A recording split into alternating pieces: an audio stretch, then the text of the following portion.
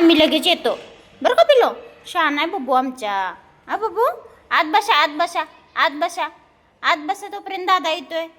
तुला खाऊ आणतो. हा, खाऊ घेऊन येतो आम्ही. हा लगेच, हां लगेच येतो. शहाणा आहे, गुड बॉय आहे ना. हां, रॉकी आमचा गुड बॉय आहे. बसा, आत बसा. हां, हॅलो, नमस्कार, श्री स्वामी समर्थ. मी नीता स्वागत करते आपलं आणखीन एका नवीन व्हिडिओमध्ये. तर आता मी चहा घेतला आणि आता चालले आम्ही सामान आणायला. घरातला किराणा भरायचा आहे. 2-4 दिवस झालं रोज आज भरू उद्या भरू चालले बघा. आता आज म्हटलं चला आणूया म्हटलं किराणा. आणि मी आणि सोहम चाललो आहे. इथंच आपलं दुकान आहे किराणाचं, त्यांच्यात चाललो आहे आम्ही हे किराणा आणायसाठी. दुकानातनंच आम्ही आणतो. कधी तर डीमार्टला जातो, नाहीतर दुकानातनंच आणतो आम्ही. तर चला आता आम्ही चाललो, मी आणि सोहम. रॉकी आमचा बसतोय घरात. है ना रॉकी? रॉकी ये बघू. त्याला टेन्शन आलं आता. मम्मी दादा चालली, टेन्शन आलंय त्याला आता. एकटा घरात बसतोय आता म्हणून. नाही का कसा करतोय, लगेच टेन्शन येते त्याला. आता मी किराणा घेऊन आले, सगळं सामान. आता सोहमचा डबा बनवायचा. आत्ता आली बघा, डबा बनवायचा आहे सोहमचा अजून. रॉकी आमचा हुडकायला लागलाय काय आणले खाऊ ती बघायला. है ना रॉको? रॉको शोधायला लागलं बॅग पिशवीतनी काय आणलंय हुडकतोय कसा बघा, बारक्या पोरांसारखं. चला आता जेवण बनवते. सोहमला डबा द्यायचा आहे, कामावर जायचं आहे. ते आमच्या गावाकडचं ना कंदी पेढा आणली ती. ते दुकानवाले आहेत ना, ते आमच्या म्हणजे गावाकडचीच आहे ती. त्यांनी इथं दुकान घातलंय. पेढे आणलेत त्यांनी ह्याच्यात. ए सर रॉकी का कंदी पेढे आहेत. काय नाव आहे? मिठाई.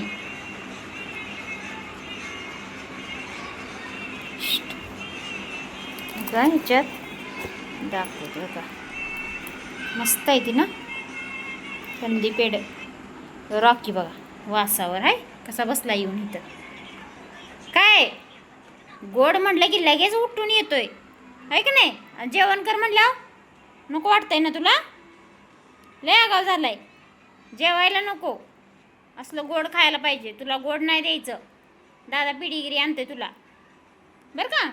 पिढीगिरी आणते दादा, पिढीगिरी खायची. हां हां, पेढे बघा मस्त आहेत, खूप छान आहेत पेढे. दर्शन आहे दर नको, मस्त आहे ते. गोड पण नाही जास्त ना, काय नाही. आम्ही नेहमी घेतो त्यांच्यात ना, आणलं म्हणजे पेढे.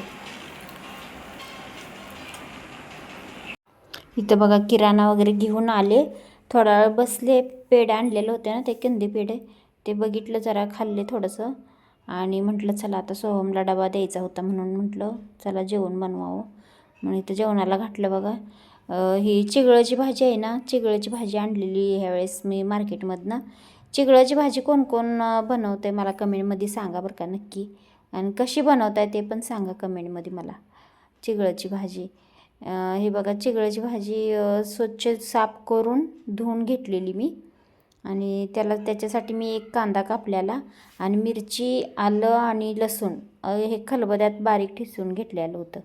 मी मिक्सरमध्ये नाही बारीक केलं बरं का, मोठं मोठं थोडंसं खलबत्यात चेचून घेतलं होतं, अर्ध बोबडं असं.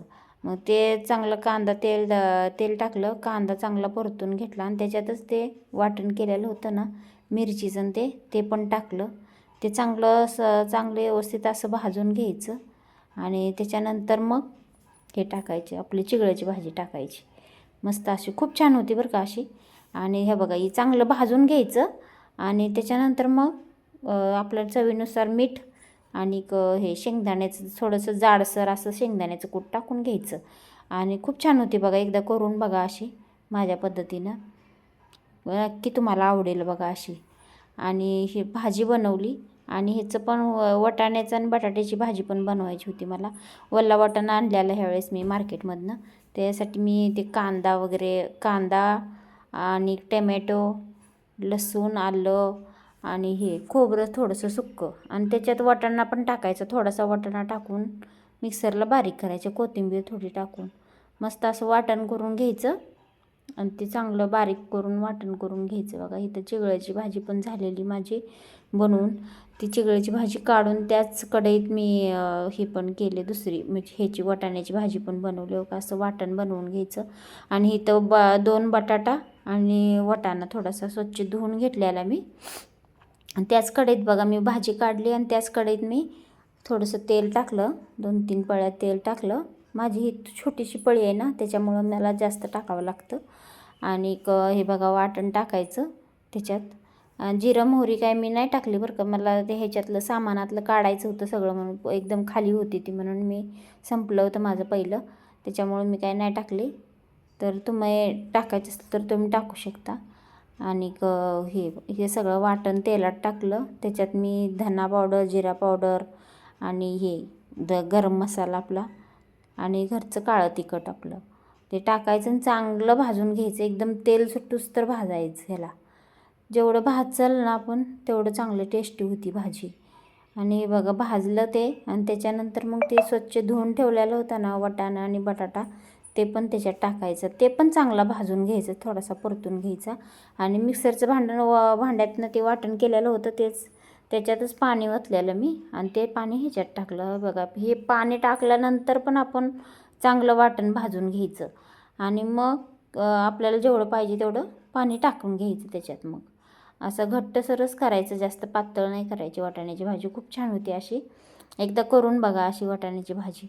आणि वाटाणा बारीक करून टाकलेला असतो ना, त्याच्यामुळं त्याला खूप चव येते, त्याला लय भारी चव येते त्याला अशी वाटाण्याच्या भाजीला.